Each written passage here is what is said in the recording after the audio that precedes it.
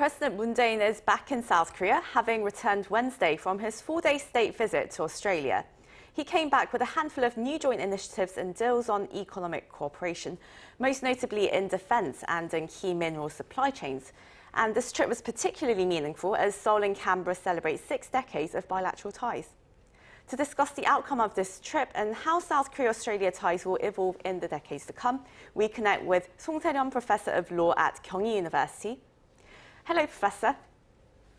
Hello, good morning. Good morning, it's lovely to see you again. And well, let's begin with the joint initiatives that the South Korean and Australian leaders agreed on over the past week. Amid various risks and uncertainties in global trade that we're seeing right now, how are these new deals on key industries going to benefit both countries?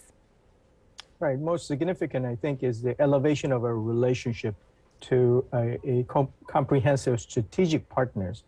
And they talked about many different things, and the significant that came out of this relationship, new relationship, are several initiatives, including defense measures, also the use of resources that Australia is replete with, like rare earth minerals, hydrogen economy, carbon neutrality technologies.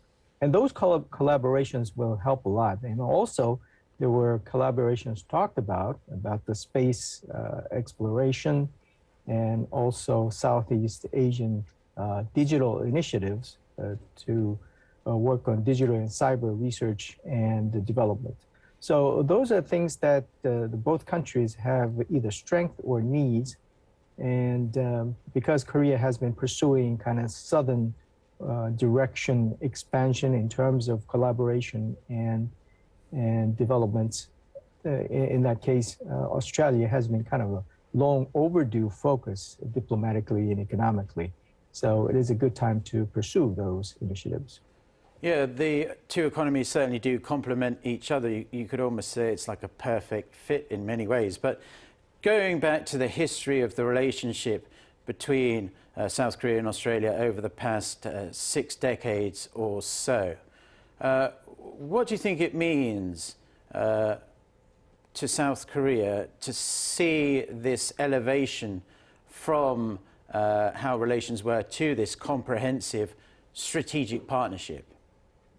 Right. The diplomatic relationships between the two have been done in 1961, but we have to mention that Australia was the helper, crucial help for the Korean War efforts. They sent 17,000 soldiers to help Korea, and about 340 soldiers perished during the war. So that relationship is kind of a blood, thicker than blood kind of thing.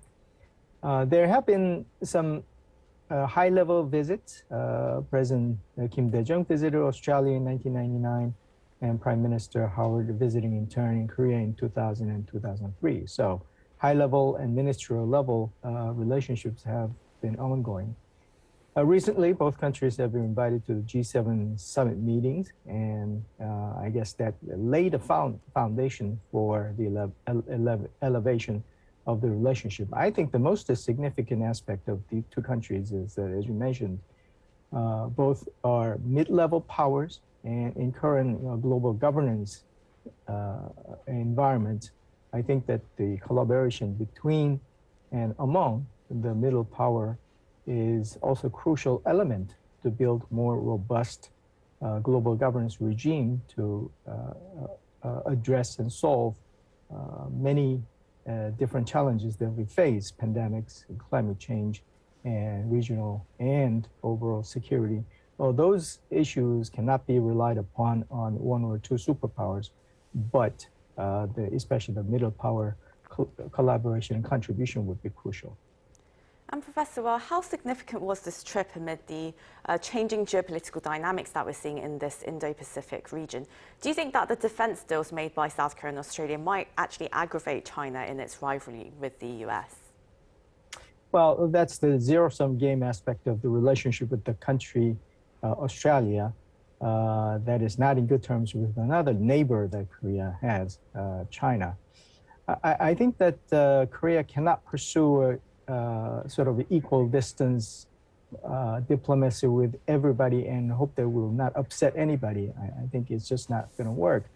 Going back to the middle power issue, I think that the Korea should be more principled, and we should strive for not just placating countries, but stand up and represent values that would be more sustainable and long-lasting in this region and the world. So in that sense, Australia is a country that we share the democratic value and human rights, and also of peace. I think that because of that, Indo-Pacific area and having a collaboration with those countries would be crucial to represent the same values in maybe in UN or maybe in different round tables, so that the front that we represent together would be a significant force in building up the global governance system. Yeah, it seems very much like the Western powers would like to bring South Korea more under its wing instead of seeing it veer further towards China. Professor Song, thank you as always for your insights, and we appreciate you coming on this morning. My pleasure. Thank you.